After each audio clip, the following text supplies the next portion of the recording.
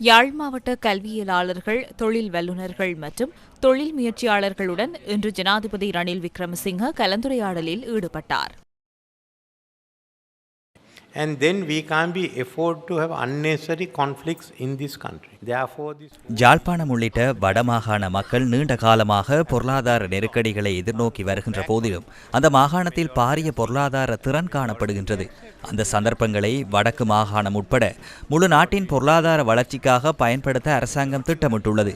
இந்த நாட்டில் இனப்பிரச்சினைக்கு உடனடி தீர்வு காணப்பட வேண்டும். பெரும்பான்மையான சிங்கள பௌத்த மக்களும் முதன்மை இடம் கிடைத்தாலும் அனைவரையும் சமமாக நடத்துதல் மற்றும் பாலின சமத்துவம் உள்ளிட்ட விடயங்களை இதன்போது கருத்தில் கொள்ள வேண்டும். அத்துடன் தமிழ் மொழியையும் சிங்கள மொழியையும் ஊக்குவிப்பது முக்கியமானதாகும். எதிர்வரும் காலங்களில் தமிழ்நாட்டில் ஏற்படவிருக்கும் பொருளாதார வளர்ச்சியுடன் மற்றவர்களுக்கு இல்லாத வாய்ப்புகள் தமிழ் பேசும் இலங்கையர்களுக்கு கிடைக்கும். நமது அரசியல் முறைமையை கருத்தில் கொண்டு வலுவான தீர்மானங்களை எடுக்க வேண்டும். நல்ல எதிர்காலத்திற்காக நாட்டுக்கு புதிய அரசியல் முறைமையொன்று தேவை. அந்த அரசியல் முறைமையை தலைமைத்துவத்திற்கு மட்டும் மட்டுப்படுத்தக்கூடாது. பொறுப்பை ஏற்கக்கூடிய தைரியமான தலைவர்களே நாட்டுக்கு தேவைப்படுகின்றனர். அத்தோடு இந்த பயணத்தை நாம் அனைவரும் ஒன்றாக செல்ல வேண்டும். மேலும் நாட்டின் அனைத்து மாகாணங்களையும் ஒன்றாக அபிவிருத்தி செய்ய வேண்டும். நான் அமைச்சராக இருந்த காலத்தில் நாட்டின் முக்கிய நகரங்களில் ஒன்றாக யாழ்ப்பாணம் இருந்த போதிலும் பின்னர் அது பின்தங்கி போனது. இப்போது போர் முடிந்துவிட்டது. எனவே யாழ்ப்பாணத்தையும் வடமாகாணத்தையும் அபிவிருத்தி செய்ய வேண்டிய தருணம் வந்துள்ளது. வறுமை ஒழிப்பு, விவசாய நவீனமயமாக்கல் போன்ற பிராந்திய அபிவிருத்திகளுக்காக மாகாண சபைகளுக்கு அதிக அதிகாரங்களை வழங்க வேண்டும்.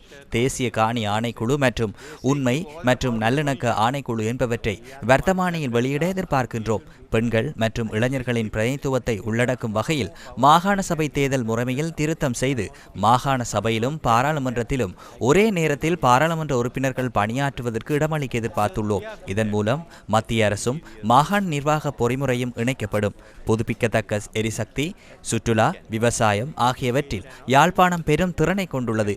திருகோணமலை துறைமுகத்தை அபிவிருத்தி செய்து இந்தியாவுடன் தரைமார்க்க இணைப்பை ஏற்படுத்துவதன் மூலம் முதலீட்டு வலயங்களை அபிவிருத்தி செய்து நாட்டின் அபிவிருத்திக்கான பங்களிப்பை பெற்றுக்கொள்ள திட்டமிட்டுள்ளோம். We have suffered too long and your potential is great. So this is what we have to look at and to go ahead and to do a transformation.